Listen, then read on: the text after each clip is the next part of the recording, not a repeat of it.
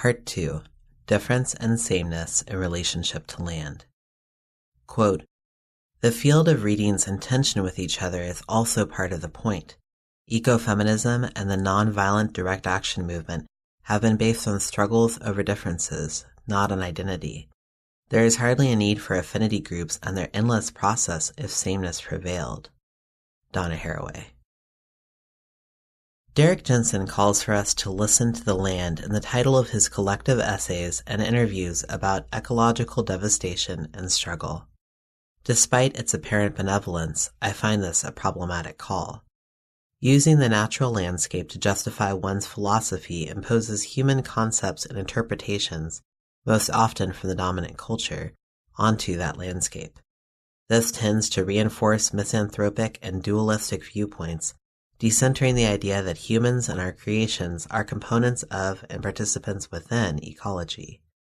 In justifying their interpretations, people like Derrick Jensen, Lear Keith, and others also tend to use, anthropologists' ideas about, indigenous peoples' lifeways as both a model and a justification for their own politics. The brown other becomes a filter for the white relationship to nature. This is no less a continuation of colonialism than the green capitalism these radicals revile. Deep ecologist methodology also intends to reinforce problematic ideas of historicity, anti-modernism, place, and ethnicity as sites of veridiction and authenticity. As many leftists, as well as white nationalists, become interested in going back to the land in projects which run the gamut from ecotourism to homesteading to white-only land projects, it becomes vital for us to question the role of whiteness in such projects. We must ask what a realistic and anti-essentialist relationship to land may look like, and find our way towards a practice of solidarity with human and non-human struggles alike. For white people who have inherited a cultural legacy of enforcing their own domination through land seizure, genocide, and environmental devastation, this may prove a challenge. But, luckily, there is no essential relationship between the past and the present, only the weight of history. Towards this project, Donna Haraway calls for a reorientation, to form, following trend, an inappropriate relationship to nature, to emphasize our degrees of difference and relation as parts of an ecosystem. Sara Ahmed's work around queer phenomenology is also relevant to this question. In thinking through what it means to live on land, whether urban or rural, I want to find a way that is ethically rich and oriented towards struggle, and yet avoids crypto-fascist mystification. I propose components of Bookchin's philosophy of social ecology, practices of indigenous solidarity, Anna Tsing's analysis of contaminated diversity, and the prioritization of ecological relationship in our analysis. I want to struggle in relationship with the whole world, one that exists within a historical and ecological context, but which defies these bounds as part of its own movement towards liberation. There are other worlds than these. Deep ecology and ecofeminism. Deep ecology is the child of social ecology, which we shall investigate later. It is called so to highlight its opposition to shallow ecology, which focuses on stewardship and conservation of natural resources for human use. Instead, deep ecology asks us to value the wild for its own sake. It prioritizes the interconnectedness of all things, not just humans, but also not just living things, all things that are not man-made. It places higher importance on this overall system than on the individuals that inhabit it, and it urges those individuals to identify with the whole over parts. Quote, "The world is your body." Deep ecologists are critical of civilization, which they describe as the source of the current wholesale destruction of the natural environment. Sometimes this critique extends all the way back to the beginnings of agriculture. They also often describe patriarchy, or even masculinity, as root problems in both ecological destruction and human social violence.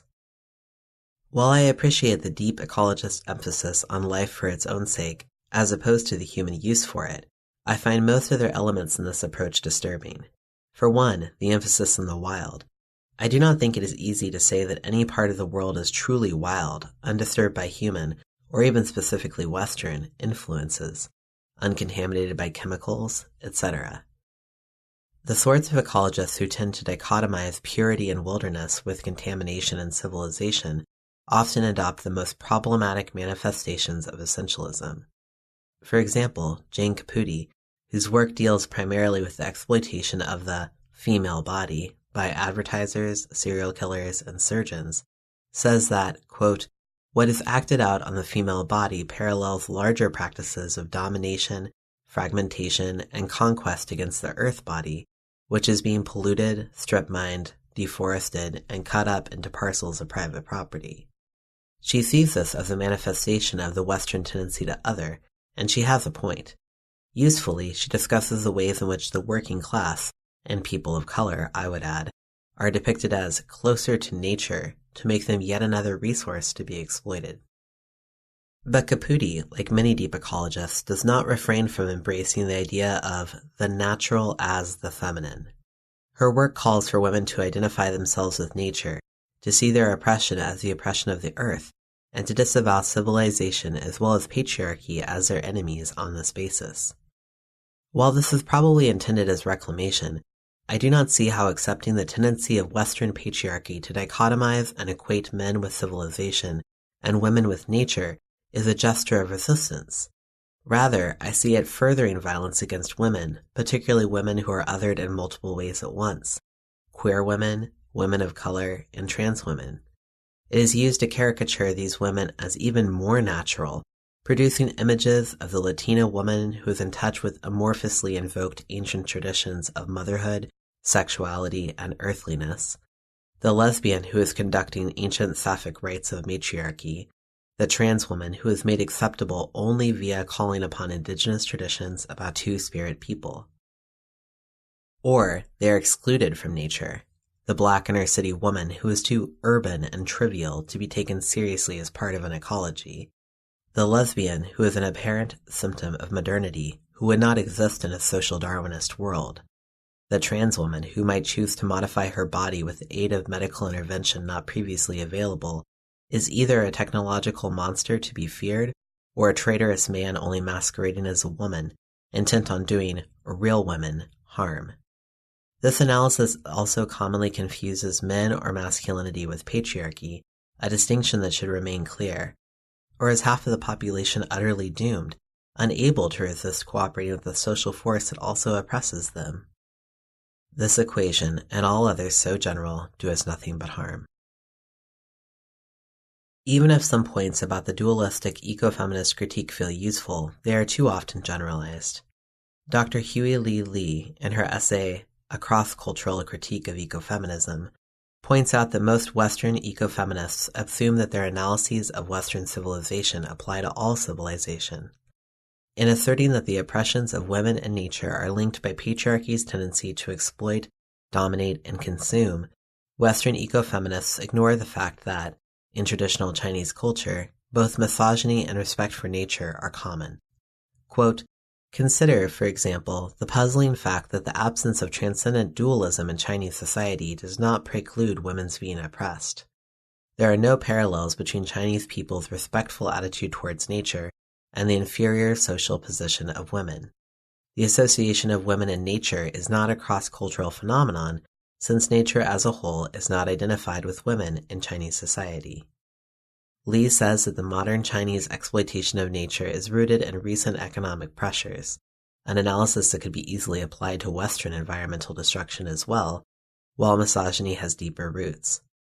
As Chinese civilization is quite old, one might continue to argue that misogyny and civilization are necessarily linked while keeping China in mind, but its example rather neatly disproves the necessity of environmental destruction to the civilization patriarchy paradigm. One might more easily argue that the economic pressures of expansion and imperialism facilitate both women's oppression as reproducers of the working and fighting class and eco-destruction as wilderness is raised and built over by warfare and settlement, but such Marxist analysis is usually rejected by deep ecologists. The reactionary eco-feminist analysis that accepts the woman-nature, patriarchy civilization, dualism propagated by those in power is therefore not only self-defeating, but an example of hegemonic colonialism. The Western eco-feminist viewpoint often, Lee points out, relies on the idea of a prior matriarchal culture of natural harmony against which men are rebelling, and claims that this woman nature before trope is the key to solving both misogyny and environmental destruction. It bears mentioning that there is no record of a global matriarchal society preceding patriarchy. The reality is more complicated. There are currently extant matriarchal societies like the Mosu and the Minangkabau. There are indigenous practices that seem misogynist to white Western viewers. There are ancient patriarchies that continue to inform Western society today, and so on. It is counterproductive to evoke the imaginary of the peaceful garden where women and female values reigned supreme before the fall, and its counterpoint of the modern, entirely male-dominated society in which women are the first and only victims, never complicit in enforcing gendered oppression. Such imaginaries are deeply rooted in patriarchal Abrahamic traditions. Moreover, the fascist movements we have discussed in previous sections serve as a warning against glorifying the past and seeking its resurrection in the bodies of the living. Nor is the problem of eco-destruction rooted in gendered biology, as some would have it. Lee observes that, quote, men's inability to gestate does not universally lead to the pursuit of transcendence. Therefore, eco-destruction and patriarchy must not be solely based in a meta-Freudian resentment of the womb or anything similar. The fact that men have historically had more power than women in dominant societies, and therefore have performed more acts of environmental destruction and warfare, does not make those acts essentially impossible for women. In the meta-patriarchy we live under today, women often participate in both. That does not erase the history of patriarchy that haunts us. It merely means its manifestations are more complex than most eco-feminists acknowledge. And even when eco-feminists coming from the sort of analysis Lee is critiquing are doing their best to be polite about gender difference, they tend to fail. Although Caputi includes trans people as token members of nature in her defense of the gendered concept Mother Earth, she does not hesitate to multiply cite the famous transphobe Mary Daly. These sorts of well-intentioned blind spots give the lie to their theses. You cannot simply say you are not intending to offend anyone when the allies you call upon to support your truth claims are partisans of oppression. Deep ecologists who equate masculinity with patriarchy and patriarchy with civilization indict all women who willingly participate in civilization as gender traitors, and all men, whether civilization has made them net victors or victims in ways beyond their gender status, as the root enemy. Lear Keith, quote, the very creation myth of Western civilization tells men to dominate, to conquer, to go forth and multiply. No hunter-gatherer is told by God to willfully overshoot the land base, and no marginally rational person would listen to such a God. But that is what we are up against. This is a culture of profound entitlement based on a masculine violation imperative. That imperative includes violating the sexual boundaries of women and children, the biological boundaries of rivers and forests, the genetic boundaries of other species, and, ultimately, the physical boundaries of the atom itself. The ruling religion of this planet is called patriarchy. We will not save life on this earth until we dismantle masculinity. You will be punished for saying that out loud. Here, by the subtle art of semiotic transmutation, Keith has equated Western civilization to patriarchy, patriarchy to masculinity, masculinity to sexual violence to environmental destruction to biology and physics, and she links those back to Western civilization and masculinity. This overly simplistic equation does us harm. How can we instead practically combat the destructive realities of the present and acknowledge our own varied levels of responsibility and guilt in its creation with respect to historical reality, material context, and lived intention and self-knowledge? How can we use science and technology to restore the environment and dismantle patriarchy in the service of people of all genders? What is the revolutionary struggle for freedom that does not rely on an appeal to mythological constructs of the natural? In a reduction that may still serve as a useful contrast with Keith's reduction, quote, Bookchin mentions an exhibit on the environment at the New York Museum of Natural History in the 70s that showed different types of pollution. The last exhibit, labeled The Most Dangerous Animal on Earth, consisted simply of a mirror. Bookchin remembers a school teacher trying to explain the meaning of this particular feature of the exhibit to a black child who was standing in front of the mirror. It is irritating and irresponsible, Bookchin says, to blame that black child for the Earth's pollution. Social ecology. Murray Bookchin was among the first white Americans to take environmental destruction seriously. His book about the issue was published just months before Rachel Carson's Silent Spring, which met with far more popular success.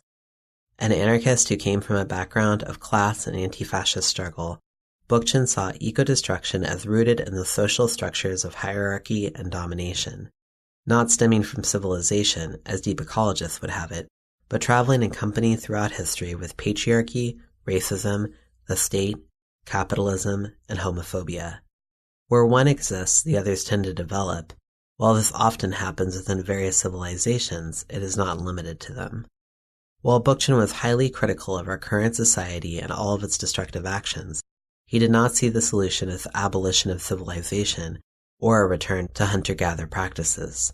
Instead, he proposed the foundation of a new society based on the principles of anarchism, ecological and social equality through mutual aid. He called this philosophy social ecology. Deep ecology departed from social ecology, and Bookchin had no tolerance for these disobedient children. He remained a lifelong, fierce critique of deep ecologists, arguing that their tendency to blame civilization for all ills was both a willful blindness to types of societies that do not tend to create harm, and a distraction from the actual forces at play. Never one to shy from social conflict, he routinely tangled with his colleagues in both environmental and anarchist circles, pointing out both their occasional tendencies towards fascism and frequent excursions into mysticism, which he found enragingly counterproductive. Nevertheless, Bookchin was the first to propose many of their shared basic tenets. For example, that the separation of humans from nature and the subjugation of nature led directly to the subjugations of some humans by others. As Janet Beale, another social ecologist, puts it, in a society oriented around the principles of social ecology, quote, humanity would cease to be divided against the non-human world and against itself.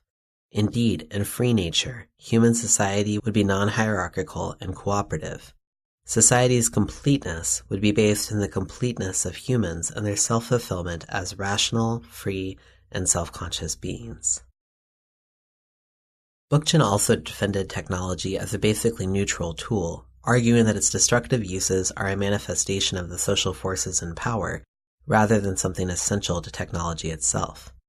While he believed we ought to dramatically change our use of technology to live in ecological harmony, he thought technology was as potentially useful for liberation as it is for destruction and oppression. Indeed, Bookchin argued that modern technology has perhaps given humans a new advantage in practicing social ecology. In a technologically enabled post-scarcity society, in which resources are distributed equally and according to need, without the sorting system of capitalism and hierarchies, we will have more time for pro-social practices than ever before, liberated from the need to toil endlessly, yet able to live in structures other than hunter-gatherer societies. Bookchin tends to ignore the non-neutrality of currently existing technologies developed for capitalist interests and at best subverted for liberatory ends, but his point about the value of technologies developed by free societies stands, in my opinion. What could happen?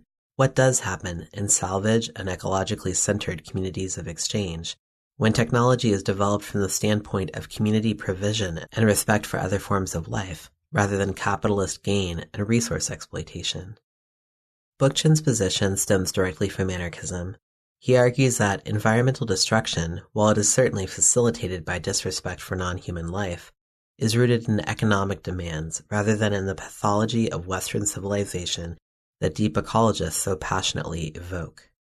Certainly, living under the demands of capitalism, assimilating its hierarchies and the demands of power into our brains and hearts from the time we are small, might be described as a kind of pathology, one it might be impossible to recover from in one or many lifetimes.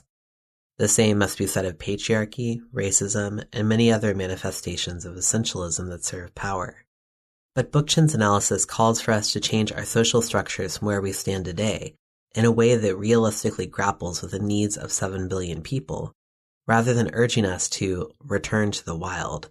That is, for white Americans who can afford it, to appropriate the lifeways of indigenous people who have already been murdered, colonized, and oppressed on a daily basis by a capitalist, racist society.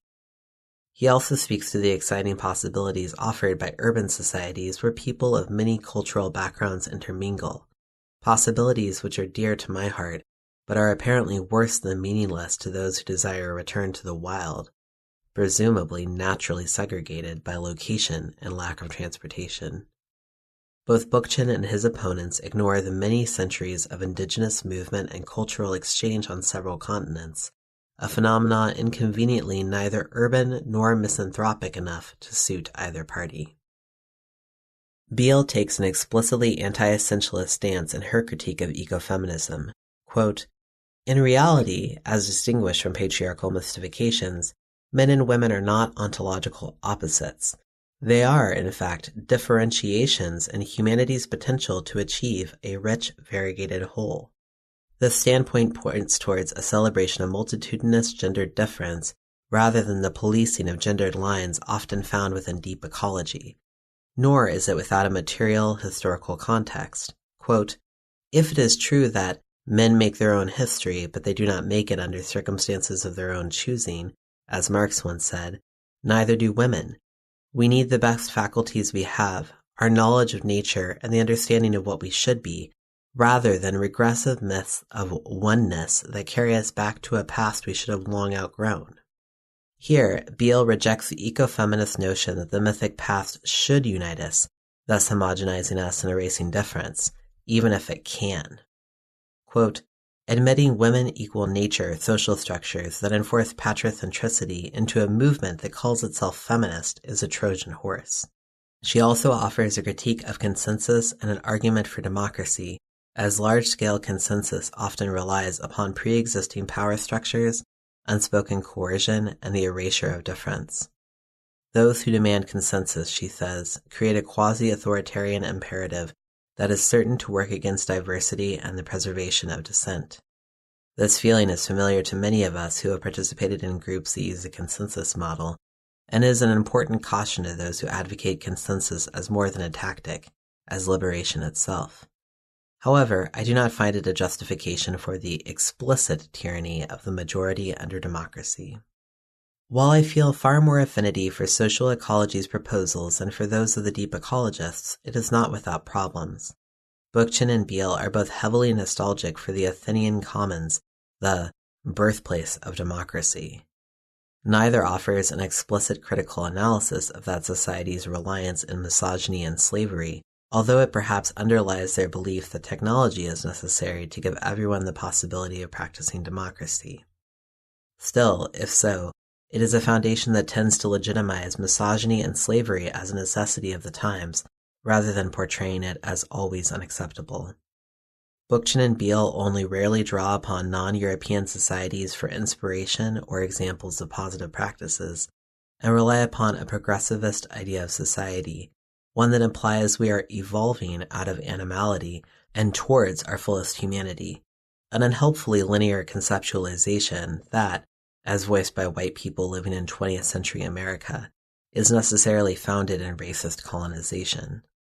Their very concept of politics as the most important human project tends to separate humans from the rest of the world, which itself serves to reactionarily create the nature called upon by deep ecologists by contrast. This is despite their own critique of how the usually gendered separation of the private and public spheres of life, usually along gendered lines, was necessitated by the evolution of the other, the stranger who could not be dealt with as family.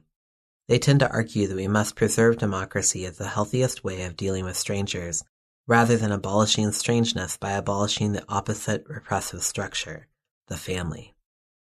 As Beale says, quote, "Paradoxically, caring is remarkably compatible with hierarchy. An ethic of motherly care thus does not by itself pose a threat to hierarchy and domination. With no strangers, no family, only people, how much harm in the world would disappear?" Furthermore, Bookchin's suggestion that we might be able to gradually evolve towards a free society via the practice of liberatory municipalism, a concept he developed late in his career, has been heavily attacked by other anarchists. Anarchists tend to not believe in the possibility of gradual transformation and often point to the betrayal of the Soviet state, which did anything but fade away. Bookchin, at his worst, is longing for a return to a different kind of garden, not the Edenic matriarchal society of Derek Jensen's fantasies, but the Athenian polis without regard to the Athenian oikos, the household. If we, as anarchists, are against the state and all forms of economy, we must destroy them both. We want neither enforced domestic labor without rights or recognition, nor citizenship, the human community meeting to debate while our society is held up by living caryatids. We would demand something entirely different, something dirtier and more joyful.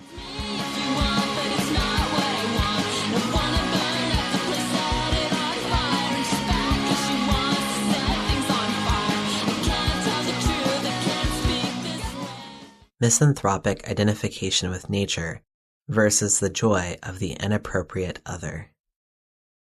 Footnote.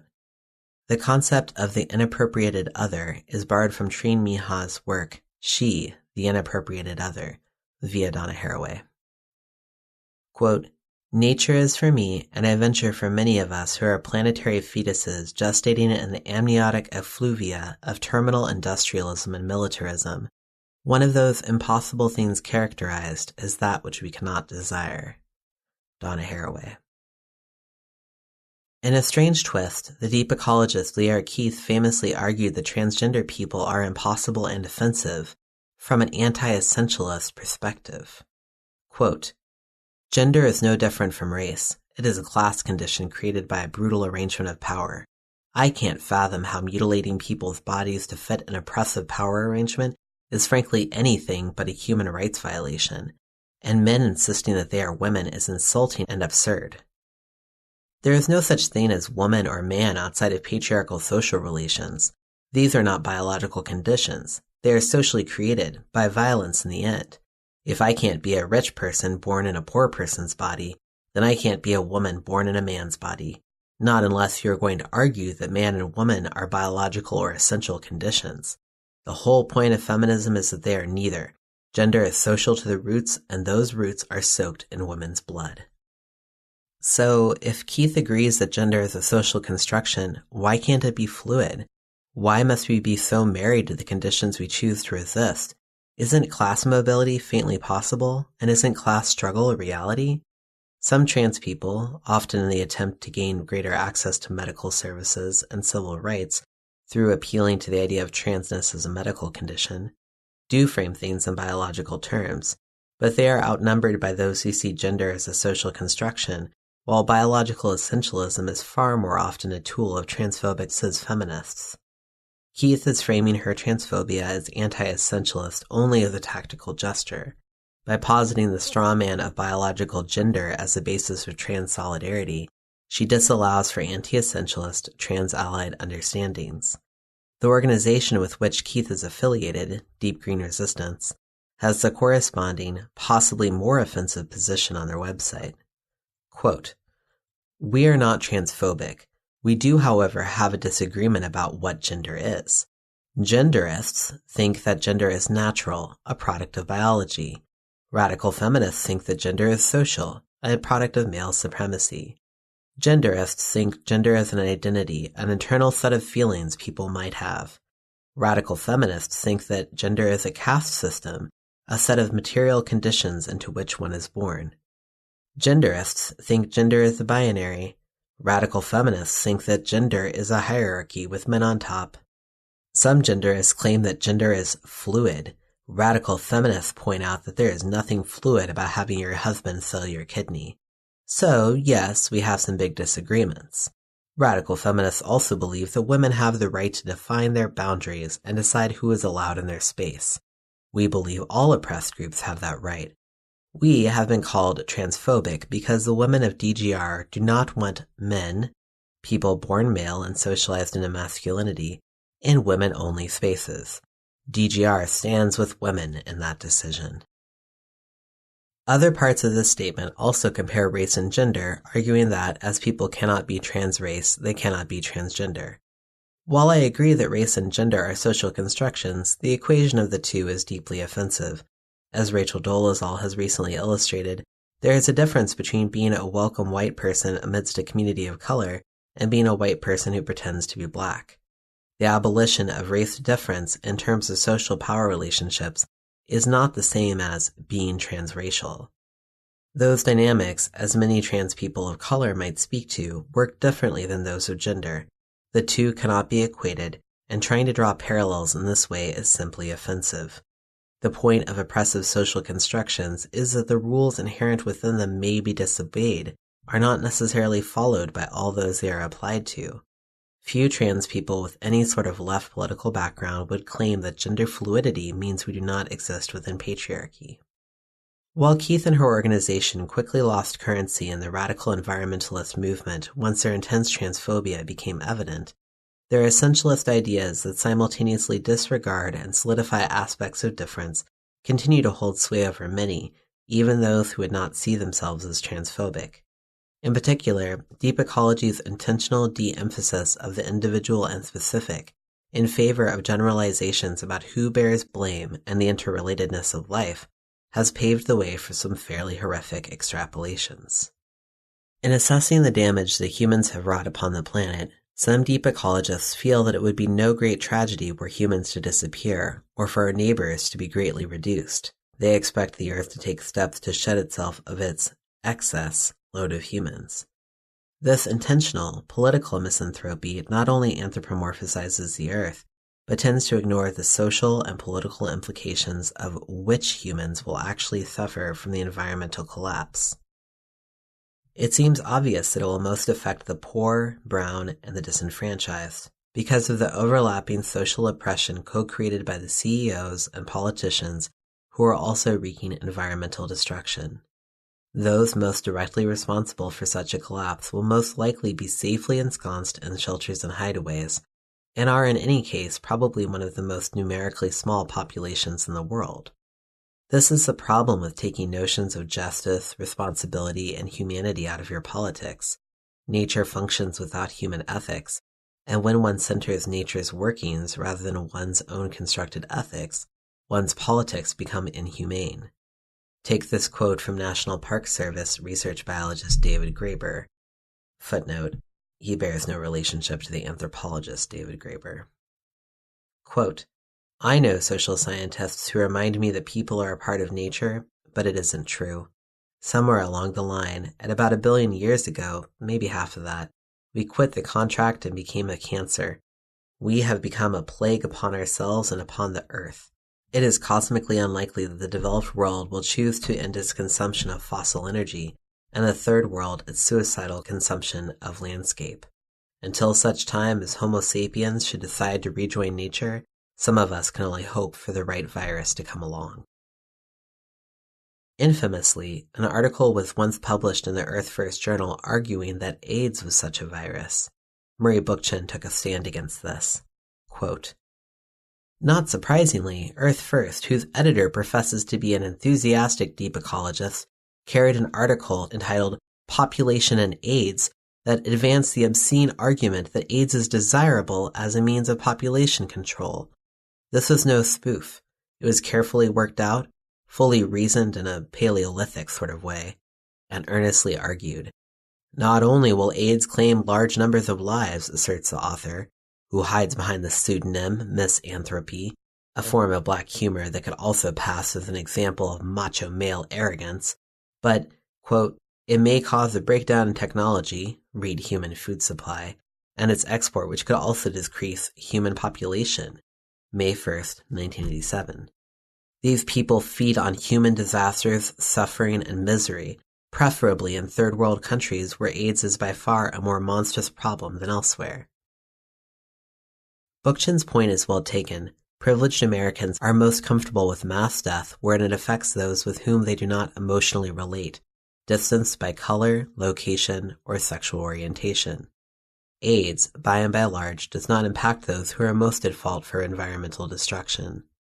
While this article was intensely disclaimed by the majority of deep ecologists after Bookchin's critique, Bookchin also met with a huge pushback from the ecological movement, which hastened his departure from radical politics. It cannot be written off as a one-time aberration. This is one of the ways that eco-fascism begins. The naturalistic justification of death is not different from ethnic cleansing, from social Darwinism, from any of it. Rather than seeing humans, our society, our technology, and our destructive impact upon the rest of the world as something that is happening within nature, still something that should be stopped and opposed for our sakes as much as for the sake of everything else, we are made alien from it. We are othered, made a disease that must be eradicated by another disease. This line of thought must be stopped, and the idea of making the planet healthier by our absence or return to some before is obviously similar to Volkish ideology. Misanthropy and crypto-fascism are no solution. A basic assumption of deep ecologists at play in these misanthropic de-individualizations is that our alienation can be solved via a disclaiming of human creations and a re-identification with the natural. Quote, an increase in identification with other beings correspondingly involves a decrease in alienation with them. Identification with other beings also means the process of defining one's needs as their needs, one's interests as their interests. It means, Ness says, assuming solidarity with beings other than oneself in an ever-widening circle. In contrast, Donna Haraway would argue that an increase in identification means an increase in alienation because it relies upon a false mystification to be like yourself. While Bookchin offers a practical political alternative to deep ecology, I feel that Haraway offers a superior and magical, delightful, engaging, theoretical political perspective. A scientist in the field of primatology as well as a feminist and sci-fi enthusiast, Haraway is best known for her work, The Cyborg Manifesto, which presents the metaphor of the cyborg as a way to understand our constructive, irreverent, perverse selves. But her project is larger than that. Haraway describes queering nature as her categorical imperative. At stake for all of us, she says, is finding or creating, quote, inhabitable narratives about science and nature. To do this in a way that does not reinforce oppressive narratives, we must put aside our traditional reactionary perceptions of difference for greater nuance. Quote, I do not know of any other time in history when there was greater need for political unity to confront effectively the dominations of race, gender, sexuality, and class. I also do not know of any other time when the kind of unity we might help build could have been possible. None of us have any longer the symbolic or material capability of dictating the shape of reality to them, or at least we cannot claim innocence from practicing such dominations. White women, including socialist feminists, discovered, i.e. were forced kicking and screaming to notice, the non-innocence of the category woman. That consciousness changes the geography of all previous categories. It denatures them as heat denatures a fragile protein. Cyborg feminists have to argue that we do not want any more natural matrix of unity and that no construction is whole. Innocence and the corollary insistence on victimhood as the only ground for insight have done enough damage. But the constructed revolutionary subject must give late 20th century people a pause as well.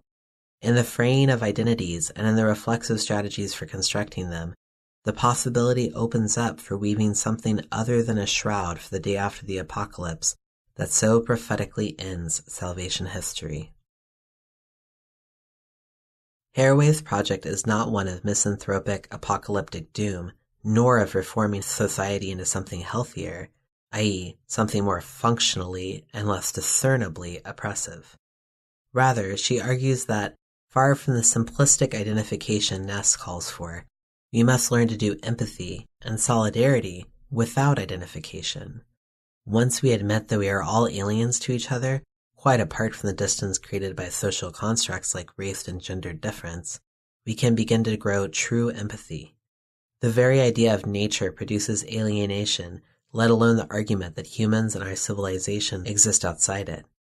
Following Edward Said, quote, the separate objective world, non-social nature, is a career.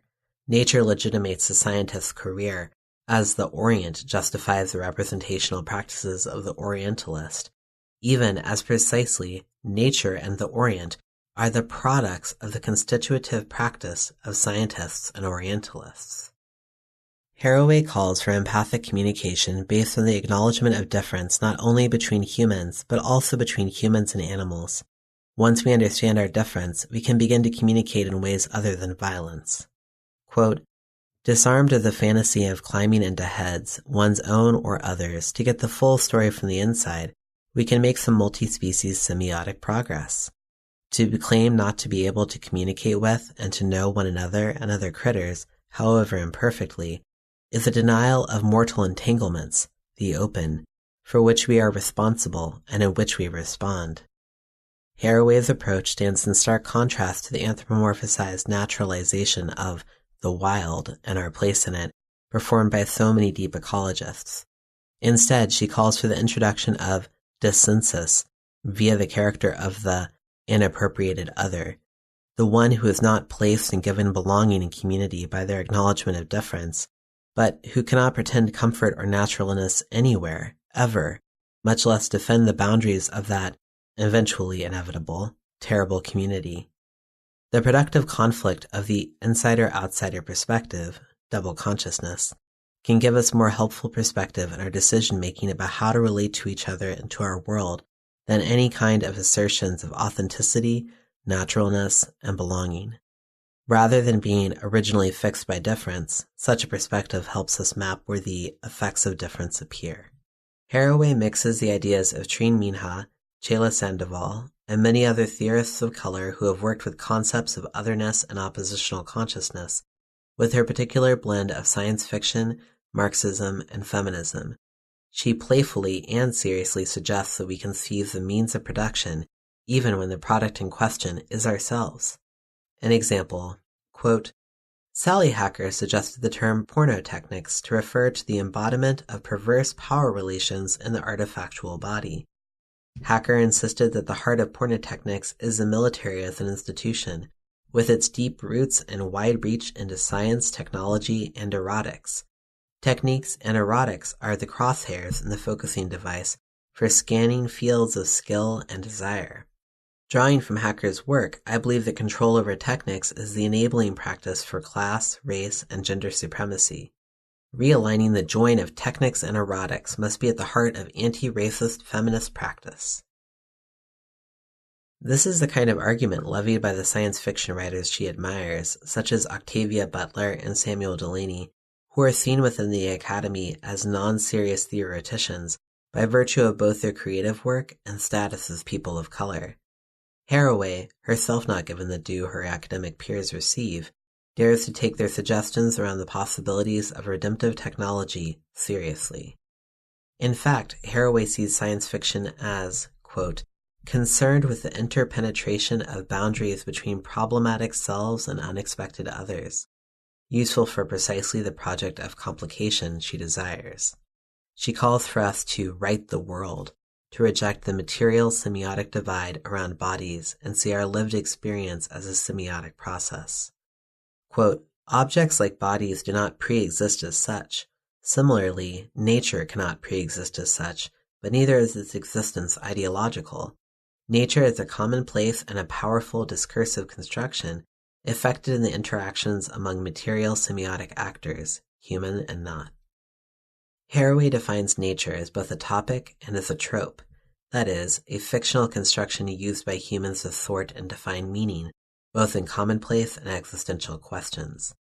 Therefore, the technological decontextualization, alienation, that affects humans and the rest of the world emotionally and physically is not a disaffection from nature, as a deep ecologist would have it, but a particular production of nature, commodity production. She argues that, rather than affirming nature as a non-constructed artifact, which can only serve to underline and reinforce its exploitation in an exploitative social context, we ought to deconstruct the alleged rationality of science, the sameness of transcendental naturalism, and, quote, refigure the actors in the ethno-specific categories of nature and culture. Later in the same essay, Haraway explores a particular problematic use of these ethno-specific categories by a capitalist interest. She analyzes a poster produced by Gulf Oil, which shows an image of the clasped hands of a chimp and Jane Goodall, a white British primatologist. The text of the poster called for increasing human understanding of nature, which serves both to conceal the eco-destruction caused by Gulf and its confederates, and to blame it on human alienation from nature rather than on economic interests. Haraway observes that the image Gulf chose for this poster erases non-white interactions with animals and the rest of the world, while affirming a positive image of the destroyers of those people and that world. The existence of black Africans living in Tanzania, where Goodall was studying chimps, was completely erased, and the white relationship to nature was renewed, affirmed, and sanctioned as if by a Saturday's trip to the zoo, all as part of the project of cleansing Gulf Oil's image. Haraway, quote, "The white hand will be the instrument for saving nature, and in the process be saved from a rupture with nature.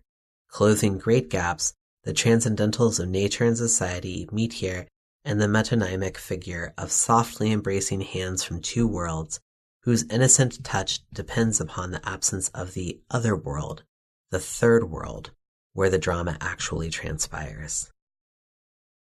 Haraway is celebrated by transhumanists and ignored by most others. No doubt the deep ecologists and radical feminists she antagonizes are making the wisest choice they can in pretending that she isn't speaking.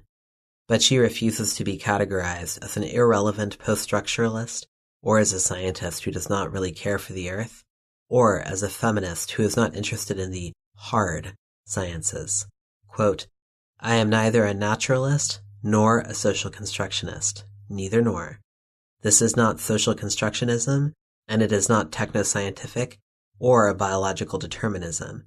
It is not nature, it is not culture. It is truly about a serious historic effort to get elsewhere, not merely to survive via the exhausted tropes of the essentialist or the routinized gestures of identity politics." Haraway says that her purpose is to, quote, "write theory, i.e., to produce a patterned vision of how to move and what to fear in the topography of an impossible but all too real present, in order to find an absent but perhaps possible other present." Gribowitz and Merrick expand this to mean, via science fiction, quote, "attempts to imagine, within the nexus of Western militarized technoscience, the belly of the monster," Haraway says, different ways to, quote, "do gender, sexuality, and race that do not entail a return to the garden or the evocation of non-innocent origins." Moreover, her relationship to technology in the future is utterly different from that of the Italian futurists who encouraged misogyny and disdain for the world in the name of futurity and speed. Haraway instead encourages us to sink into our relationship to the world as it currently exists, to think with care of our futures, but to reject the sort of hubris that envisions utopia in the past or future. Far from seeking to identify and elevate the Übermensch, her project is fundamentally opposed to hierarchies of all kinds. Just as deep ecology mirrors the Volkish fascination with blood and land, the techno-humanists of today tend to mirror the futurist glorification of ever-increasing speed through inherently violent exploitations of humans and our environments. Donna Haraway offers an important anti-fascist alternative. Haraway's colleague Anna Tsing studied the matsutake mushroom and the people who pick it as a case study of our hidden realities now and future possibilities. Tsing's project took place in what she calls, quote, "the limit spaces of capitalism, neither properly inside nor outside, where the inability of capitalist discipline to fully capture the world is especially obvious." These limit spaces occurred amidst ruined landscapes and involved a non-native fungus and often displaced or migrant humans. Her goal is deceptively simple. Quote, "In this time of diminished expectations, I look for disturbance-based ecologies in which many species sometimes live together without either harmony or conquest." Tsing found that some habitats, such as those in which matsutake grow, need human disturbance, something more chaotic and diverse than Western management practices. She describes the Japanese Satoyama woodlands as such an environment. Quote, "To restore woodlands for Matsutake encourages a suite of other living things, pines and oaks, understory herbs, insects, birds. Restoration requires disturbance, but disturbance to enhance diversity and the healthy function of ecosystems. Some kinds of ecosystems, advocates argue, flourish with human activities. This gives the lie to the essentialist mysticism that sees humans as the always destroyers, the disturbers and wreckers of nature, always outside invaders. Though many of our activities certainly function that way, we are not separate from nature, but always part of its conversation. Moreover, the Matsutake pickers are a diverse array of humans both emerging from and living in non-ideal conditions for a vast series of social reasons. Tsing says we can learn from this. Quote, "If we want to know what makes places livable, we should be studying polyphonic assemblages, gatherings of ways of being." She also argues that we should be studying the abilities of forests to come back stronger than ever. Quote, "In the contemporary world, we know how to block resurgence, but this hardly seems a good enough reason to stop noticing its possibilities. We need to understand these ways of living because we exist in a constant state of precarity. Quote, precarity is the condition of being vulnerable to others. Unpredictable encounters transform us. We are not in control, even of ourselves. Unable to rely on a stable structure of community, we are thrown into shifting assemblages which remake us as well as our others. Indeterminacy, the unplanned nature of time, is frightening, but thinking through precarity makes it evident that indeterminacy also makes life possible. Fascism might be defined as the political solution offered by anxiety to a sense of precarity. So, if we are anti-fascists and yet live in the same world as everyone else, we must find new, less artificially deadening solutions to our physical, emotional, and social survival. Quote, freedom is a negotiation of ghosts on a haunted landscape. It does not exorcise the haunting, but works to survive and negotiate it with flair. By this, Tsing means the ghosts of pickers who have died, of Native Americans murdered for land, but also the ghostly functions of power haunting the picking environment. Quote, if pickers have trouble sorting out which kinds of land are off limits, they are not alone in their confusion. The difference between the two kinds of confusion is instructive. The Forest Service is asked to uphold property, even if it means neglecting the public. The pickers do their best to hold property in abeyance as they pursue a commons haunted by the possibility of their own exclusion. Or the ghosts come with the pickers themselves. Quote, when pickers talk about what shaped their lives, including their mushroom picking, most talk about surviving war. They are willing to brave the considerable dangers of the Matsutake forest because it extends their living survival of war, a form of haunted freedom that goes everywhere with them. Within pickers who are white veterans of the U.S. Indochina War, there is a, quote, distinct mixture of resentment and patriotism, trauma and threat. War memories are simultaneously disturbing and productive in forming this niche. War is damaging, they tell us, but it also makes men. Freedom can be found in war as well as against war.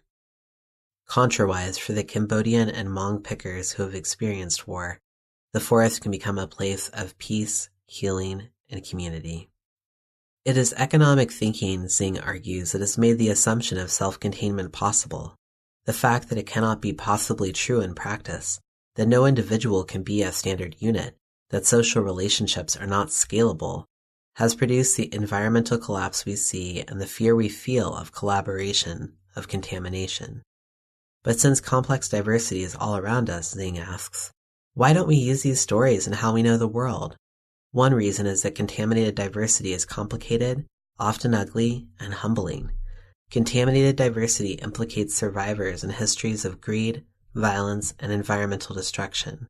The tangled landscape grown up from corporate logging reminds us of the irreplaceable, graceful giants that came before. The survivors of war remind us of the bodies they climbed over, or shot, to get to us. We don't know whether to love or hate these survivors. Simple moral judgments don't come to hand. Tsing poses this tactical question. Can we keep sight of the continuing hegemony of scalability projects while immersing ourselves in the forms and tactics of precarity? How can we fight and live in love in a world that is not a situation comedy?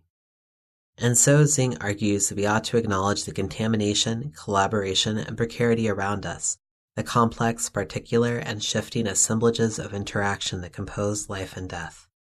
This is simply more realistic, according to many scientists, who have invented the term symbiopoiesis to refer to the coevolution of species, arguing that nature selects surviving relationships rather than individuals.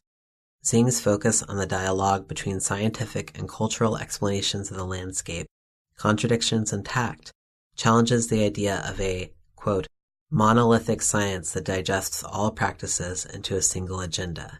Instead, she says, I offer stories built through layers of disparate practices of knowing and being. It is not the most secure means of understanding the world, but it may be the most useful.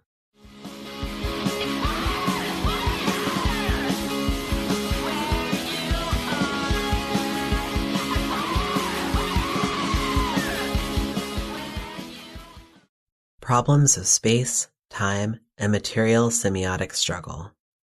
Quote, the lurking dilemma in all of these tales is comprehensive homelessness, the lack of a common place, and the devastation of public culture. Donna Haraway. Liar Keith argues that the Wandervogel of pre-Nazi Germany were nearly identical to the hippies of the 1960s United States.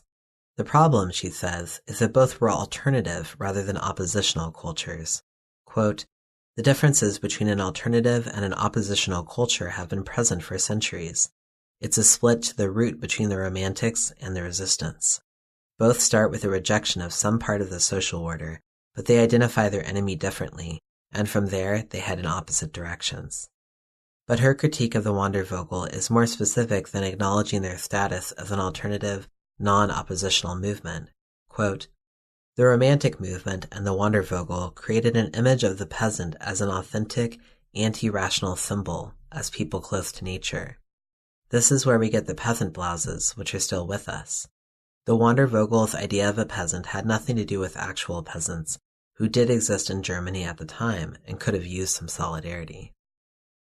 I am not sure how one could study, as Keith seems to have done, the Wandervogel or the German Romantic movement without learning about their clear, documented, indisputable ties to proto-fascism, to which she never refers, not even to disclaim them. Footnote. The Wandervogel preceded the rise of the National Socialist Party by around 30 years. While some chapters contained Jewish members and led to Zionist youth clubs, German nationalism and anti-Semitism were prevailing attitudes. They evolved into the German youth movement, which in turn fostered many Nazi officials, and later the Hitler Youth. I would hate to accuse even such a transphobe of being a crypto-fascist, so I would like to assume she simply did not read very deeply. However, Keith's critique of the Wandervogel for failing to show solidarity to the German peasantry is a rather shockingly explicit to their successors, the Resistance, who did found their politics around solidarity to the German peasantry, the National Socialist Party. The Nazi line was theorized forward from the Völkisch ideology, founded in German Romanticism and practiced within the Wandervogel and associated movements, that believed in the essential connection between the German peasant and their countryside, the parasitism of the money-lending Jew upon the German peasant, and the necessity of cleansing Germany of both the Jew and the urban modernity that, they argued, threatened this precious German peasant. While they were not explicitly fascist or always anti-Semitic, this conversation and cultural practice was the stage upon which the evolution of German fascism took place. In this light, whatever ineffectual benign wandering and alternative lifestyles the Wandervogel pursued, rather than showing solidarity with the German peasantry, is entirely to their credit. Keith is here playing a very disturbing and dangerous game. However, she is not alone. Keith is simply more honest than her companions, or possibly not clever enough to cloak her fascist tendencies in layers of mystification. The call to source one's authenticity through tropes similar to the German peasant, in the US, the white small farmer preferred by the right, or the noble savage caricature of Native Americans favored by the left, is felt strongly by many. We form narratives of ourselves and our right to exist where and when we are vis-a-vis an other, and must legitimate them by asserting our ancestral ties to a place, our inherent superiority as a race or as a gender, and or the historicity of our spirituality, ideology, or lifeway. This is a particularly strong imperative for those whose right seems supported by society, but is low-key always already in question. Insecure white people whose ancestors obviously did not originate upon the North American continent, people of color who live in a globalized society away from their points of origin and whose legitimacy is constantly interrogated by society, and so on. These narratives do not necessarily lead to fascism, and are often found among those who tend to become its victims. However, I believe these narratives are necessary to fascism, that it is nearly impossible, perhaps completely impossible, to fight for the fascist ideal without founding your belief in your right to existence on historical imaginaries that tend to negate the belonging of others. This is why I feel critical of even underdog narratives of historicity, identity, and belonging, though they will never be as dangerous as those recited by the ones who hold the power of veridiction. Bookchin deals with this problem largely by ignoring it. He is so privileged because his philosophy, mindset, and lifeways are drawn from the white Western tradition he benefits from, lionizes in his writings, and yet intends, however uncritically, to rebel against. Keith and Jensen validate their struggle by referring again and again to the lifeways of various indigenous peoples. Though they are both, as far as I know, not indigenous, they seem to feel little shame or concern about appropriation in doing so. Haraway speaks of it often, as in the quote that opens this section, but lightly, as a part of her general quest to queer our relationship to our surroundings, to challenge the tropes we allow to dominate our lives. I will turn to Sara Ahmed for another angle on how we might reject the urge to draw lines of descent for legitimacy, and instead queer our relationship to the land, to our pasts, and to tropes like the right to belong. In her book, Queer Phenomenology, Ahmed takes seriously the use of the word orientation within the term sexual orientation. How are we oriented in our relationships to our physical surroundings as well as to our lovers? Things that are straight are in line, aligned with other lines. Remembering the older use of the word queer to mean odd, off-kilter, out of place, or suspicious. Queer orientations are those that do not correspond to other lines, that veer off into unexpected territory.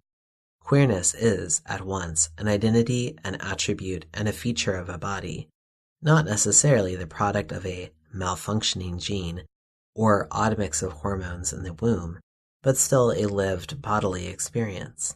It is also, to continue with the idea of lines, a trajectory. One can be gay, bisexual, or transgender and not live with queer intentionality, and the queer realm is not limited to those who are authentically gay, bisexual, or trans.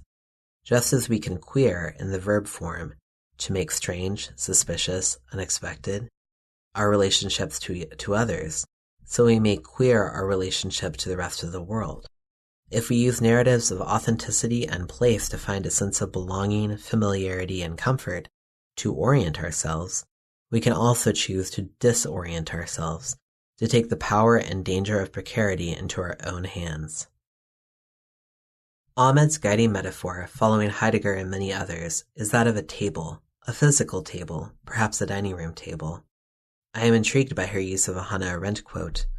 To live together in the world means essentially that a world of things is between those who have it in common, as a table is located between those who sit around it. This relates to us in a threefold manner, as those who share a world of things that are dying due to ecological collapse and other social ills, as those whom, I hope, are interested in holding it in common and living together in the world, and as anti-fascists, as Arendt was in her lifetime and work. We relate to each other by and through things as one does across a table. To do so, we must first turn them into things in our mind. Arendt, and Bookchin with her, might only imagine humans at the table. The deep ecologist would want to seat animals, plants, and other living things. And Haraway would perhaps wonder why we are limiting ourselves, and invite technological and fantastical beings into the mix as well. So be it. We are at a table consisting of whatever is not seated around it, according to our guiding biases. How do we queer our relationship to the table? Ahmed remarks on the tendency to privilege heterosexual couples and lines of descent around the family table. Beginning here with humans, then, I propose queering our relationships to each other, honoring the happy tangled mess of child-parent relationships when a wide set of adults care for children, celebrating the overlapping multiplicity of friendship rather than the duality of partnerships, coming together in affinity built on the celebration of difference rather than an enforced and assumed sameness. Next, we will invite the guests of the deep ecologists, but my table, my rules, we will play by Haraway's guidelines. We will begin to learn about animals, plants, and others by first acknowledging that we are as completely different from them as we are from each other. We will not assert the primacy of nature or any other human tropes, and we will deliberately undo those tropes each time we encounter them in ourselves with great intention.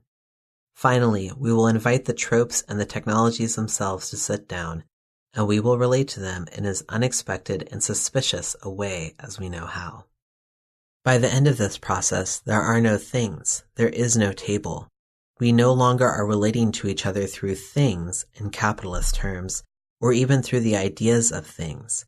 We are a set of relationships, an ecology, but also individual and particular points of joy.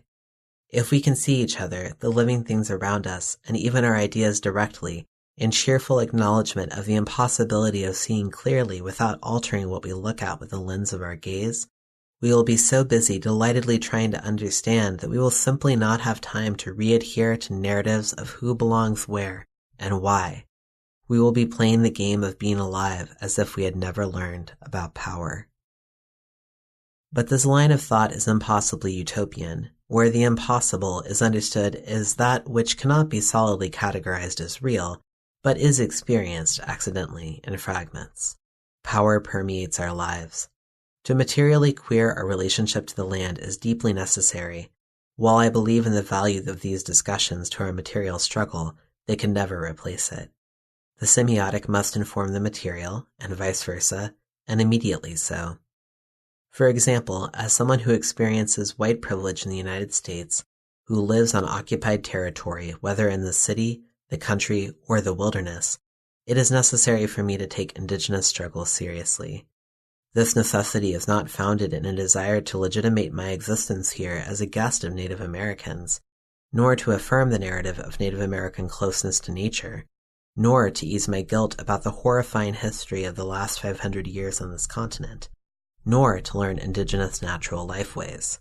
Rather, it is founded in a desire for solidarity based on affinity through difference to respond to our current bloody realities.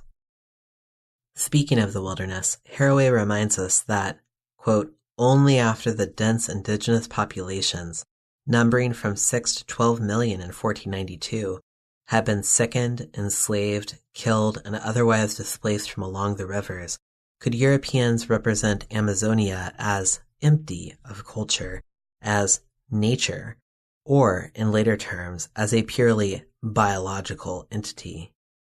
The creation of nature is bloody, and it is taking place today in the same and nearby regions, as well as many others, at the expense of the surviving descendants of the original bloodbath.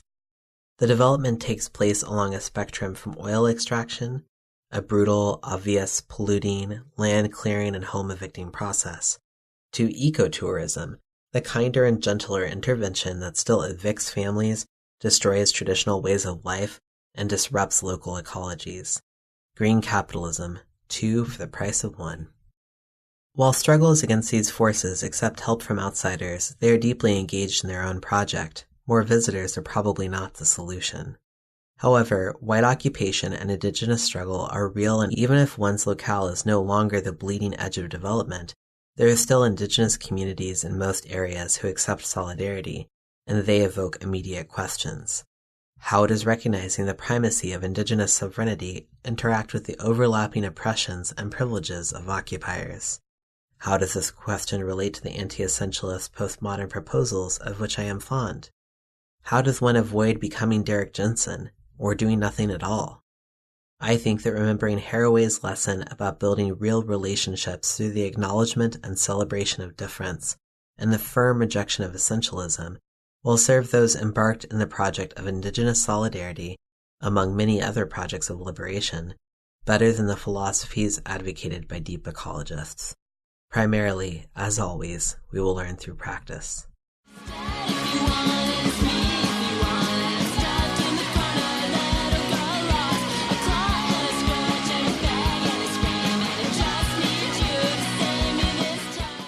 Different presents. We live in a time in which many white Americans want to return to the land. It is also a time in which the indigenous peoples of Mesoamerica, along with people in many other regions of the world, are being forced out of their homes and lifeways by state repression serving the capitalist interests who suck profit out of that landscape. To profit, directly or via third-hand consumption, the white Americans who want to go back to the land. How is the white liberal desire to return to the land, to retreat from the heterogeneity of the city and the possibilities of transformation and cross-pollination there, similar to the fascist desire for return? What role does whiteness play in each, and what do these movements mean for those of us who are not white? What will they do to us this time? How can we generate livable futures rather than dwell in fantasies of return that ignore, or celebrate, in the case of fascists, their own dependency on death? How do we access Haraway's other present for more than a moment? Capitalism and the state, hierarchy and domination are the roots of all of these forces. To learn how to combat them within our hearts and within our lives, and to show solidarities to others doing the same, is the project.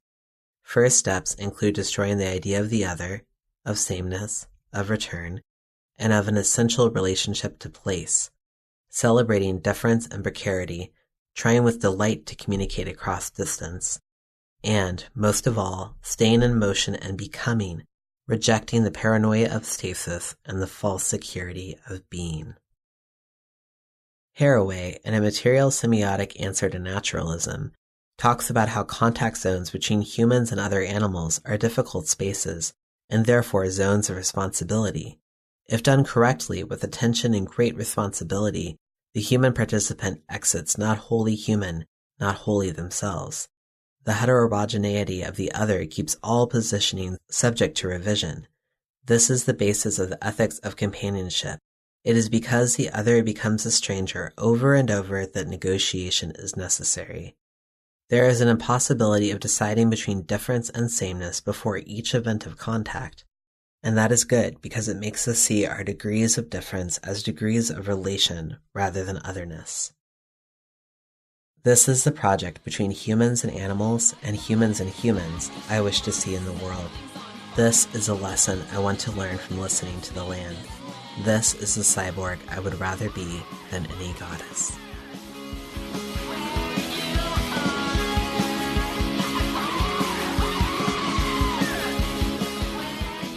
For all the other sections, as well as resource lists, posters, and additional material, please see unquietdead.tumblr.com.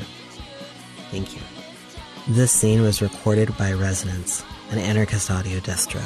For more content, go to resonanceaudiodistro.org and follow us on iTunes and social media if you like what you hear. Resonance is a member of the Channel Zero podcast network. Stay tuned to hear a trailer for another show in the network. How can we imagine a world beyond prisons and police, borders and surveillance? Rust Belt Abolition Radio is an abolitionist media and movement building project based in Detroit, Michigan. Each monthly episode amplifies the voices of those impacted by mass incarceration and explores ongoing work in the movement to abolish the carceral state and racial capitalism. Tune in to Rust Belt Abolition Radio here on the Channel Zero Network and visit www.rustbeltradio.org to learn more.